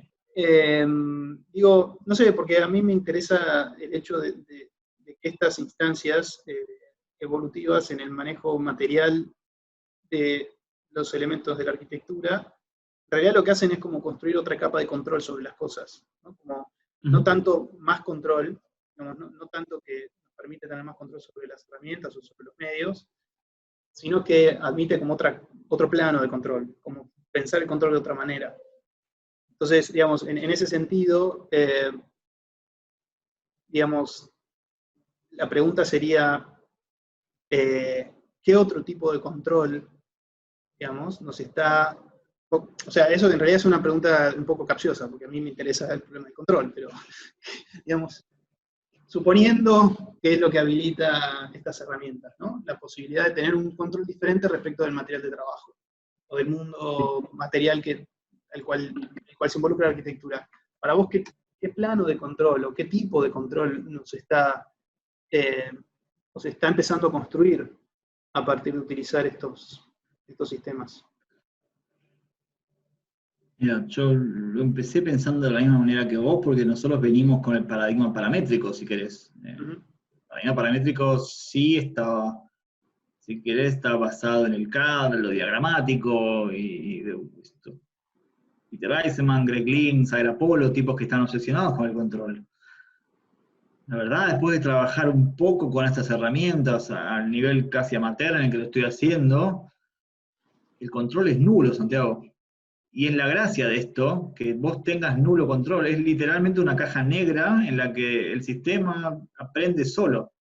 El chiste de esto es que vos no tenés control sobre el proceso. ¿Sí? Y por eso creo que en algún punto, si nosotros seguimos pensando en términos de control, esta herramienta va a pasar y probablemente la ignoremos. No tenga, al no poder controlarla y al todo parecer, si querés, aleatorio, sí, de vuelta, falto de control, como vos lo llamabas, quizás pase y por ahí nadie haga nada interesante con Machine Learning hasta dentro de 20, 30 años, que alguien descubra una aplicación nueva, un modelo nuevo, un algoritmo nuevo, etc. Pero yo coincido que sí, el problema del control es inherente a nuestra disciplina y esto medio que nos pega en la cara, porque no tenemos mucho control, menos un control que nosotros entendamos. De vuelta, perdón si hay alguno que sepa de Machine Learning ahí, pero los ingenieros hablan de esto en términos de error loss, pérdida de errores, propagación, backpropagation, es un tema que ni entiendo yo, es como en otro plano, cómo realmente se gobierna esto. Y de vuelta, el chiste de Machine Learning es que uno no tiene control y uno tiene que dejar que el propio algoritmo aprenda por sí solo. Por eso el problema del control es, si quiere, intrínseco a la pregunta. Bueno, pero de todas maneras, el algoritmo ese al final, vos decís que es una caja negra, pero en realidad los inputs siguen siendo producción tuya. De hecho, vos construís el sistema de las columnas, determinás cómo nombrarlos. Por ahí no explicitas exactamente cuál es el orden, porque el orden es otro, digamos, es de otra naturaleza, digamos. Pero, no sé, digo porque ha habido muchas victorias, ¿no? Como para dar vuelta a la conversación y no ponerlo en términos negativos, me parece como que, no sé, las especulaciones de principios y mediados de los 90 nos permitieron avanzar en terrenos que la disciplina jamás habría avanzado de otra manera. Hoy en día hay obras que se pueden construir gracias a esas aproximaciones con altísimo grado de especulación que se hicieron respecto al software, digamos. Obviamente, digamos, el mainstream va a llevar la cuestión del control al sentido común y lo va a volver un instrumento práctico. Pero digo, no sé, me parece como que no es, o sea, no creo que sea tan así como que las cosas se hacen solas, o sea, nunca fue así, y tampoco es así ahora. Y me parece que está bueno, digamos, tener una aproximación desde ese lugar, como no tanto pensar, está bueno lo que haces porque, digamos, no piensa en un objetivo, en el sentido en el que, como, que creo que es la mejor manera de investigar, digamos, hacer cosas sin saber muy bien para qué, pero que las cosas estén bien hechas. Pero me parece que, no sé, me parece que esa idea de que haya un control que sea diferente, quizá la palabra no es control, pero una manera diferente, es justamente lo que, digamos, va a permitir que se gesten esas dos líneas, ¿no? La línea que hace que esto sea una metodología de aplicación práctica, que ya sucede, de hecho, por ahí en arquitectura no tanto, pero en otras prácticas sí, muchísimo, y ya hace muchos años, digamos. Pero me parece que lo interesante que comentabas es que todas estas cosas que estás haciendo, lo que tratan de hacer es vincular esta práctica, que ya tiene sus años en otros campos, al problema de lo material, ¿no? Nada, me parece que ahí es donde resulta que aparecen los problemas, digamos. Pero bueno, Mira, sí. te interrumpo, una tontería. Gracias a la pandemia, viste que un montón de universidades empezaron a abrir bueno, como ustedes, básicamente, hacer eventos online un poco más masivos, abrirlos al público, de transmitir. Y hace 3, 4 meses hubo un evento, Digital Futures, ¿lo conocen? Sí, seguro lo conoces.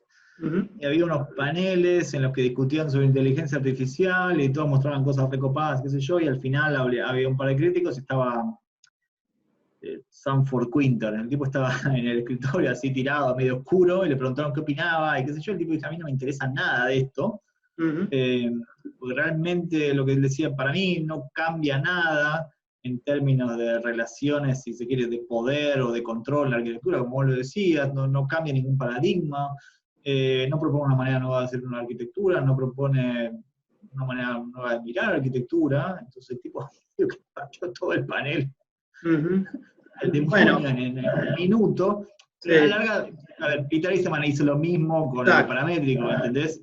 Sí. Es también una postura, y yo la entiendo y la comparto, no quita que no valga la pena explorarlo. Por eso a mí me gusta mostrar estas imágenes que nosotros mostrábamos siempre en Poiese acerca de los primeros experimentos en inteligencia artificial artificial, robótica, cibernética, que siempre había arquitectos por atrás, que quedaron todos en la nada y los terminaron recuperando, viste, 40 años después. Entonces en algún punto sirvió para algo.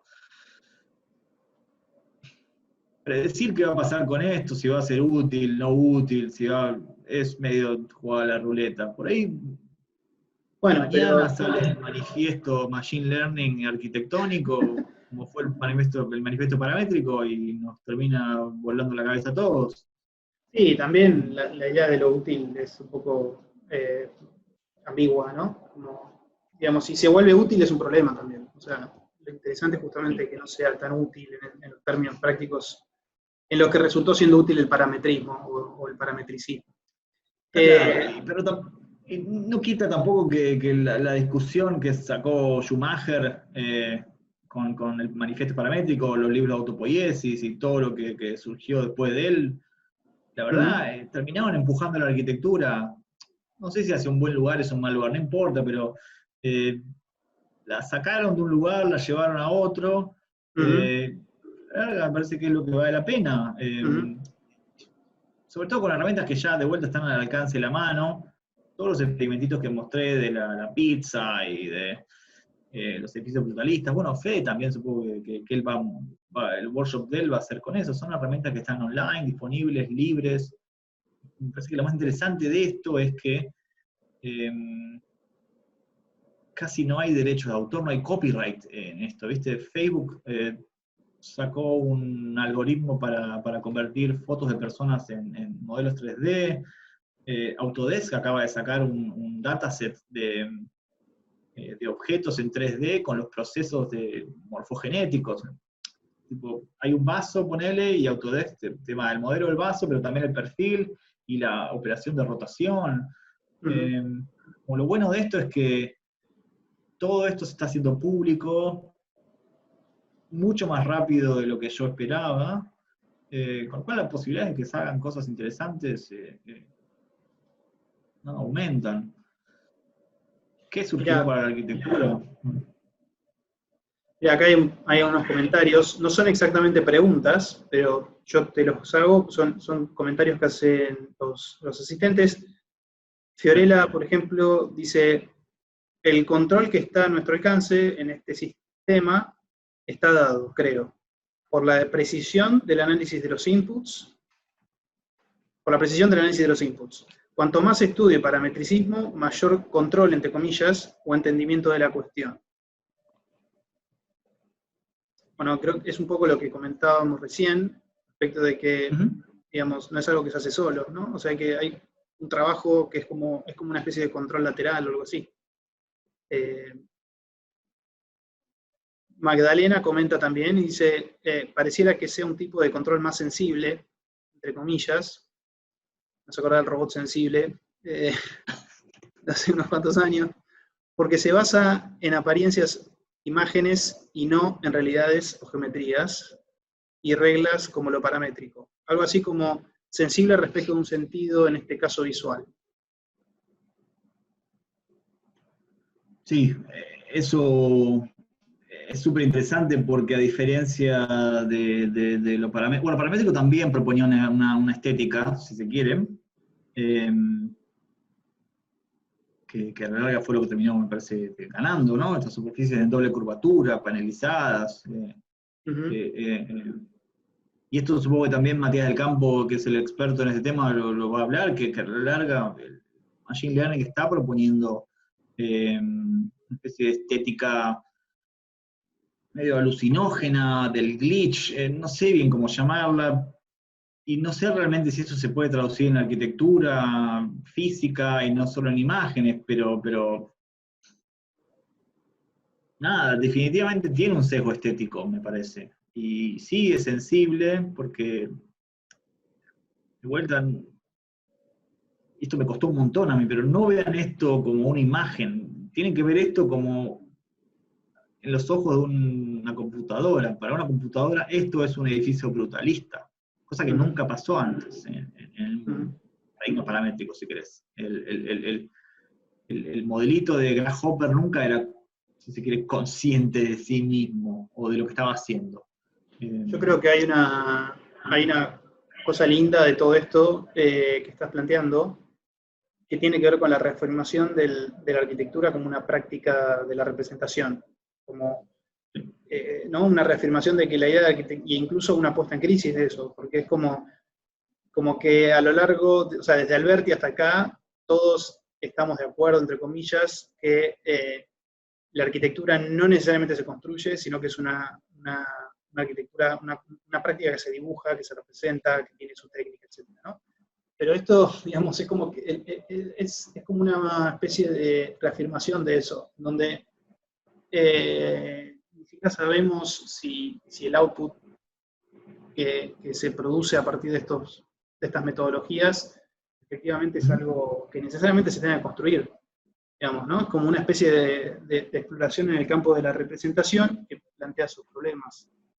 Digo esto porque hay dos comentarios o dos preguntas, que por ahí te las tiro a las dos juntas porque me parece que apuntan a algo similar, que dicen, una dice, crear un templo significa que lo convierte en un proyecto construible, por ejemplo, y la otra de Patricio dice, ¿y si es para optimizar estructuras? Ok.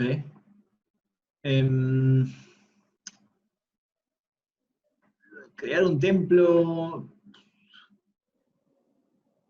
sí, no, porque, digamos, escribiría como una información extra que requiere entrenamiento extra, que requiere... Entrenamiento es de vuelta. Todavía no hay un modelo tan inteligente que pueda entender qué es una planta en términos de construcción. Usted tiene que pensar, a mí me costó un montón, porque hasta que los ingenieros me lo metieron con un martillo en la cabeza, que esto es una computadora aprendiendo sola, ¿sí? No es combinar imágenes, esto es realmente un algoritmo intentando entender qué es un templo, qué es una vista a un templo. Y todavía falta mucho, mucho. Por ahí mañana sale un modelo que interpreta templos y los construye. Una suerte que tengo, por ahí pasa. Falta un modelo, un algoritmo, una metodología que permita relacionar representación con un edificio de verdad, con un render, con una vista, etc. ¿Sí? Por ahora lo que yo hice es simplemente imagen, y esto, a ver, esto fue lo que me quedó de los primeros encuentros con los ingenieros, es que hay muchos problemas, si se quiere, que pensamos los arquitectos, que pensamos que un sistema puede solucionar, que no requieren inteligencia. ¿Sí? Y 3 primeras reuniones con estos tipos fue, bueno, pero si hago una planta y después puedo sacar, tipo, no sé, las columnas, y me dicen, no necesitas inteligencia para eso. ¿Entendés? Lo mismo era, tipo, identificar columnas y separar los edificios, tipo, dicen, no, eso es tipo computer vision, eso es, no requiere aprendizaje, no requiere generalización, eso ya existe. Y eso, si se quiere, lo llevo para el lado un poco más interesante, si querés, que es,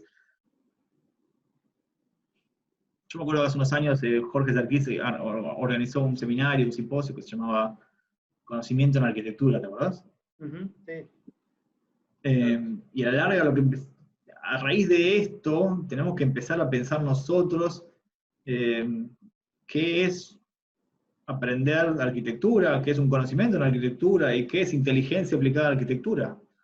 Porque claramente hay un montón de problemas que nosotros de vuelta pensamos que requieren inteligencia y no la requieren, porque si son funciones que Autodesk te saca en el último Revit, significa que no, en el fondo no son tan inteligentes. ¿Viste? Tirar caños de aire acondicionado, por ahí no necesitas inteligencia para ese tipo de problemas. Lo que nos está forzando esto, me parece a mí, es precisamente incluso nos revaloriza como profesionales. Digamos, Revit solucionó el tema de la representación y de la construcción y de entender un edificio como una base de datos concertada. Cosa que nosotros pensábamos que requería un arquitecto y ya no la requiere. Porque el modelo de Revit ya te saca plantas, cortes, cómputo de materiales, tiempos de obra. etcétera. Y eso va a seguir avanzando y probablemente te haga simulaciones de la obra y te saque presupuestos y te pida los presupuestos. ¿Entendés? Ujú. Sí, o sea, eso, digamos, que Revit haga esas cosas de todas maneras reafirma el rol del arquitecto, de alguna manera, ¿no? O sea, reafirma el rol del arquitecto siendo arquitecto y no, digamos, digamos, desarrollando tareas que son complemento o Sí, que son estadistas o cosas así, estadística o cosas así. y esto, si Eh, querés, lo llevamos incluso más atrás, al comienzo de la charla, cuando hablábamos de Durán. Si querés, Durán fue el primero que dijo, mirá, para componer un edificio, la verdad, por ahí no necesitas ser arquitecto, no necesitas saber de arte, de la composición, o del buen gusto, etcétera. Necesitas saber combinar una serie de elementos más o menos predefinidos, con una serie de reglas más o menos predefinidas, y medio que te aseguro que siguiendo estos 5 o 6 pasos que proponía él en su metodología, lograbas un edificio. Monstruoso los edificios, pero no por eso es menos válido el intento. El parametricismo pasa algo parecido. Ujú. Eh, eh, ¿Cuántas veces nos rompimos la cabeza nosotros pensando en un algoritmo para poner departamentitos, para agruparlos, para calcular las estructuras, qué sé yo, y después, viste, a los 3 meses sale un plugin de un coreano que apretás 2 cables y sale? Y eso te da una pauta de que hay ciertos problemas que nosotros consideramos que requerían la mente eh, elevada de un arquitecto, que en realidad no la necesitan. Está bueno, por un lado, porque de vuelta, estos pibes, estos ingenieros, a mí me obligaron a pensar problemas de arquitectura desde otro punto de vista. Y mucho de esto que interesante me parece de Machine Learning es, de vuelta, que las herramientas ya están y que lo bueno es encontrar problemas arquitectónicos que esta tecnología pueda solucionar, porque a la larga habla también de la disciplina y no solo de la herramienta. Digamos, yo estudio, a ver, yo uso Machine Learning para aprender arquitectura, porque a la larga lo que me interesa es entender por qué un pabellón es más lindo que otro, por qué uno tiene mejores proporciones, eh, y por qué Gibbs diseñaba los pabellones de una manera y Serlio de otra, etc. Ujú. Por eso me interesa la herramienta, porque me ayuda a conocer la disciplina o me obliga a pensar temas que nunca había pensado. Eh, no, no por los resultados que me dé, porque para algunos son buenos, otros son peores. Pero eso también me parece que para los participantes de la charla, las herramientas nos deberían también ayudar a eso, a pensar la disciplina para adentro. Bueno, acá hay una pregunta de alguien que conoces, ahí le voy a habilitar el micrófono para que pregunte directamente. Oh, Adelante, Francisco, podés hablar. Hola, hola. ¿Se me escucha bien? ¿Se me escucha? Sí, sí, se sí. escucha, se escucha. Perfecto. Bueno, yo te quería hacer una consulta, Federico, y quizás Ajá. ensayar una respuesta o doble. Eh, la pregunta es, ¿cuánto tiempo crees vos que va a pasar hasta que, por medio de inteligencia artificial, se- alguien se presente a un concurso y una computadora gane un concurso de la Sociedad Central de Arquitectos, por ejemplo, con un proyecto, teniendo en cuenta el AlphaGo, ¿no? Lo que pasó, o el nuevo Rembrandt también como uno de los proyectos así de inteligencia artificial que se han visto. Y yo entiendo que hay gente que contesta que falta mucho, porque es verdad que, bueno, si uno necesita como 7.000 o 10.000 ejemplos para hacer un ejercicio de aprendizaje no supervisado, y que es verdad que no toma conciencia en realidad la computadora, porque si en esos 7.000 ejemplos vos pusiste, no sé, sobre una columna dórica, no sé, un pajarito, puede ser que también no toma conciencia de que es una columna dórica, sino que también puede entender que es una columna dórica más un pájaro, digamos. Es el ejemplo del caso del, del tanque, ¿no? En el servicio militar, que también han tenido ese problema. Eh, pero, pero eso es con respecto a lo material o lo creativo, y que es una discusión que también tiene que ver con si uno un render lo quiere hacer como con Photoshop o completamente en el 3D.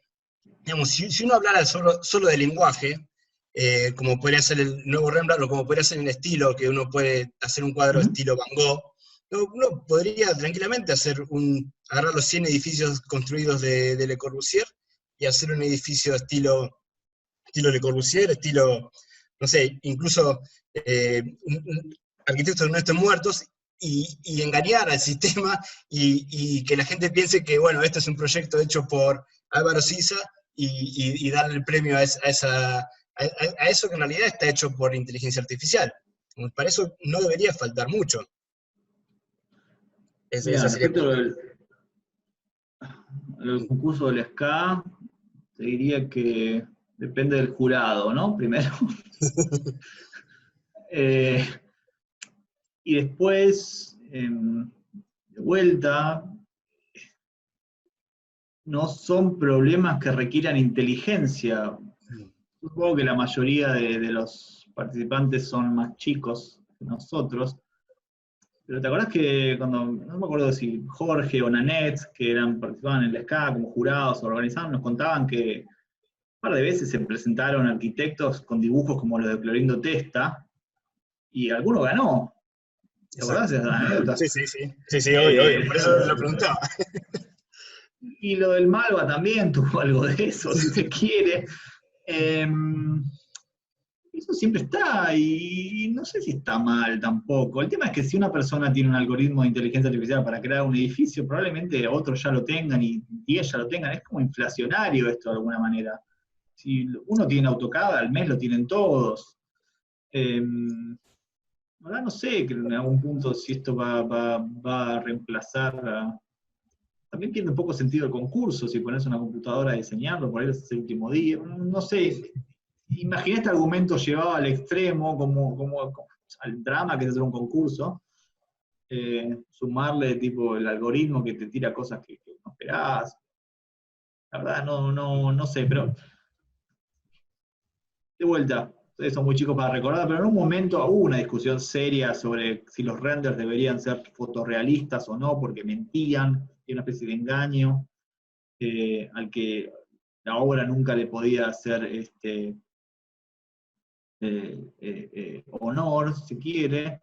Entonces uno decía, bueno, hay que volver al dibujo, porque en el dibujo había intención, y en el render también había intención. La intención de mentir muchas veces. Digamos, el problema, si quiere, de los concursos es otro que vale la pena para discutir horas en otro momento. Bueno, La verdad no te puedo dar. Yo me he equivocado siempre. Esto se lo puedo asegurar. Cada vez que predije algo que digo, esto va a romper toda la arquitectura y hay que empezar de nuevo, no solo no sucedió, sino sucedió exactamente lo contrario. bueno, pero me parece Yo empecé a hacer renders hace 20 años, pensé tipo, nada, a partir de ahora todo el mundo va a hacer renders fotorrealistas y va a ser el fin del dibujo a mano. Me equivoqué. Cuando salió el diseño paramétrico, digo, esto va a estar buenísimo, va a romper todo. Nada. Santi, o sea, yo hace 7, 8 años, me acuerdo cuando salió algoritmos genéticos. Muchos no saben lo que es, pero algoritmos genéticos es como una especie de automatización guiada por optimización en Rhino. Es gratis, todo el mundo lo tiene. Yo pensé, tipo, bueno, ya está, con esto puedes hacer un edificio entero, solos, porque lo optimizás según parámetros. No pasó nada.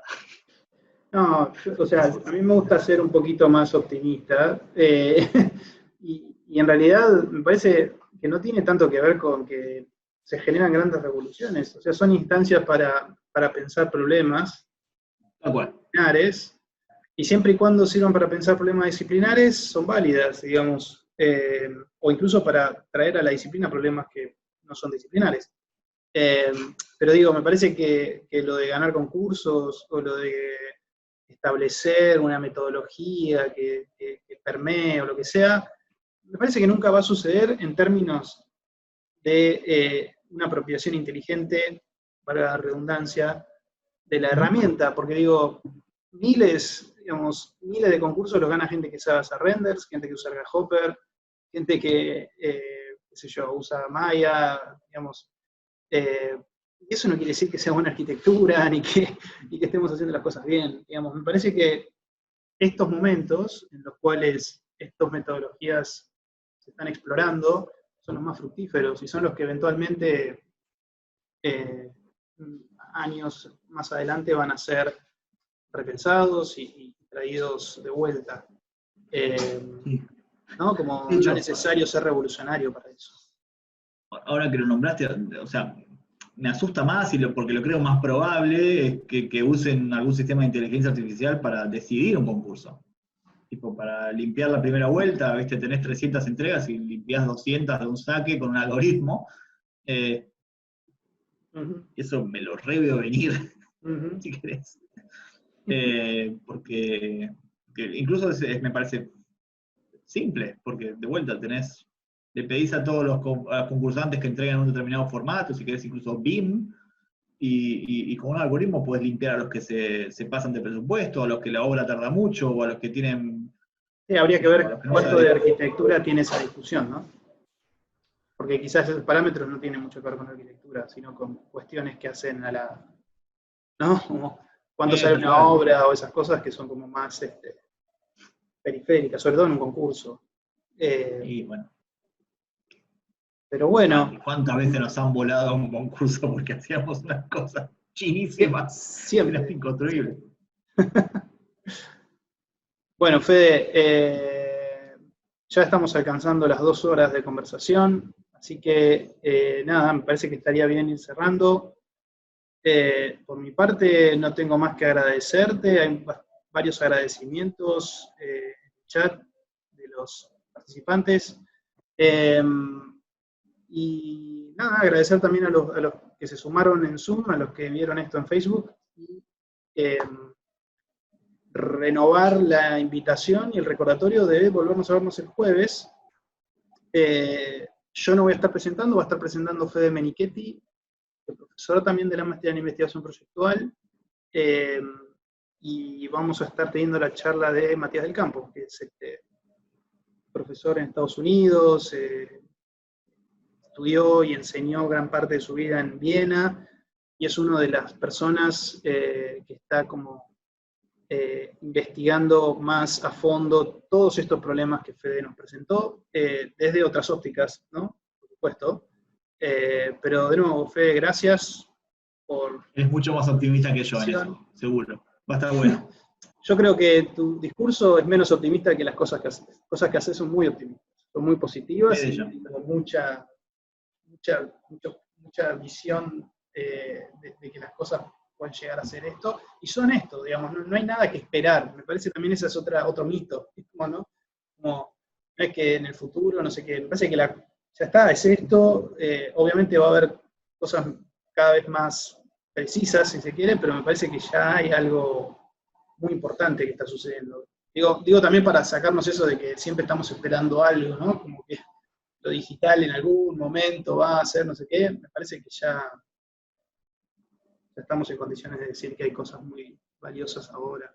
Pero bueno, no sé si tenés algún comentario final, Fede, algo para decir, cierre. No mucho más. Gracias por la invitación, fue muy divertido. La verdad es la primera vez que hablo de esto porque nunca considero que es lo suficientemente como denso como para mostrar en otros ámbitos, pero nada, está bueno. Y aparte me voy con preguntas, que está bueno siempre, es un placer obviamente volver a escuchar voces amigables en mi idioma, que no es poco. Y bueno, nada, voy a estar pendiente de las charlas de los otros muchachos que son bastante piolas. Siento la verdad un honor en estar en el mismo simposio que el Campo y Picón. Si lo ven a Picón, digo, yo lo usé en mi doctorado, le robé un par de cosas. Si lo ven, le pido un autógrafo virtual. Pero no se lo pierdan porque son 2 tipos que saben muchísimo. Y anótense en el posgrado de la maestría, por favor, que van a ver todas estas cosas y más. Bueno, buenísimo, Fede. Sí. Para cerrar, digamos, si se quiere a un toque más serio, uno siempre ve como esas cosas en Facebook que dice, bueno, en el futuro la filosofía va a ser más útil que la programación y qué sé yo. sé si es verdad o no, pero me parece que lo que hizo Sarkis, o lo que está haciendo todavía Sarkis, o lo que hizo también Mele, o lo que están haciendo los chicos que lo continúan, que al menos a mí me marcó, y lo sigo usando, es poner un marco a todo esto, ya sea arquitectónico, epistemológico, filosófico incluso, para empezar a entender estos problemas como lo que realmente son y no dejarse fascinar tan rápido por el blink que provoca la herramienta nueva. Digamos, yo dudo que haya podido avanzar en esto si no hubiera tenido todo el background, si quiere, epistemológico, con el que venía charlando Sarkis hace 15 años. Y por eso, y esto lo digo en serio, las materias de grado de Sarkis, los posgrados, las maestrías, las tesis que están produciendo los chicos que están ahí, no dejan de ser relevantes. Y por más que no estén usando el último algoritmo de Machine Learning, el detenerse a pensar como realmente las implicancias arquitectónicas de lo que estamos haciendo, es más útil que la herramienta misma, porque la herramienta va a cambiar seguro, y hay que adaptarse, pero si vos no tenés ese pie de apoyo epistemológico, con todas las letras, si no lo tenés, vas a estar corriendo, un perro corriendo un auto, ¿viste? Como siempre vas a estar atrás de un algoritmo nuevo, una herramienta nueva, y cuando la agarres vas a buscar otro auto, ¿entendés? De vuelta con la metáfora del perro. Nada, sigan a Sarkis, sigan a Santiago y anótense en los cursos que van en la... Eso son. Y gracias por la invitación. La verdad, la pasé muy bien. Bueno, muchas gracias a vos, Fede. De nuevo, gracias por la generosidad, fue buenísimo todo lo que presentaste. Y nada, nos estamos viendo de nuevo en unos días. Gracias a todos. Hasta luego. Un abrazo. Chao, chao.